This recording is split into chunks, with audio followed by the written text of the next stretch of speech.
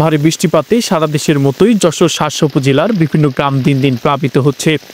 এতে যেমন ক্ষতিগ্রস্ত হচ্ছে কৃষকেরা, তেমনি কর্মসংস্থানহীন হয়ে পড়ছে লাখো শ্রমজীবী মানুষ। এতে দিন দিন হতাশার দুশ্চিন্তার ভাঁজ পড়ছে কৃষকদের কপালে। যশোর শার্শা উপজেলার লক্ষণপুর ইউনিয়নের বহিলাপোতা, বেদেপুকুর, পাড়িকুপি, খামারপাড়া সহ উত্তর শার্শার বেশ কিছু গ্রাম প্লাবিত হয়েছে, যাতে নষ্ট হয়েছে কয়েক হাজার হেক্টর ফসলি জমি। এতে হতাশা আর দুশ্চিন্তায় দিন পার করছে হাজারো কৃষক। প্রচুর স্বল্প মূল্যে ধকল কাটিয়ে উঠতে না উঠতেই ফসলের এই ব্যাপক ক্ষতি কোনোভাবেই মেনে নিতে পারছেন না কৃষকেরা।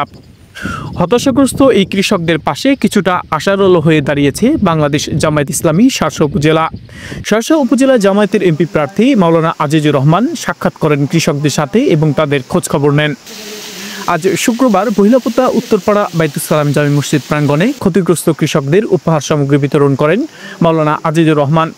মাওলানা আজিজুর রহমান বলেন, শার্শা থানার জলাবদ্ধতার প্রধানতম কারণ হচ্ছে অপরিকল্পিতভাবে বেড়িবাঁধ নির্মাণ, পরিকল্পিত খাল খনন না করা, ভালো ড্রেনেজ ব্যবস্থা না থাকা। এই পরিকল্পিত কাজ না করার কারণেই শার্শার আজ এই বেহাল দশা। তিনি বলেন, আগামীতে নির্বাচিত হলে এই বিষয়গুলো গুরুত্বের সাথে বিবেচনা করবেন তিনি। পরে বহিলাপোতা দক্ষিণপাড়া জামে মসজিদে জুমার নামাজ শেষে স্থানীয়দের দাবির প্রেক্ষিতে বহিলাপোতা সাহেব আলীর দোকান থেকে গোরস্থান পর্যন্ত রাস্তা পরিদর্শন করেন তিনি। পরে তিনি থানার নেতৃবৃন্দকে নির্দেশনা দেন যেন অতি দ্রুত একটি আবেদনপত্র লেখা হয় এবং পরে তিনি সংশ্লিষ্ট কর্তৃপক্ষের কাছে রাস্তাটির জন্য সুপারিশ করবেন।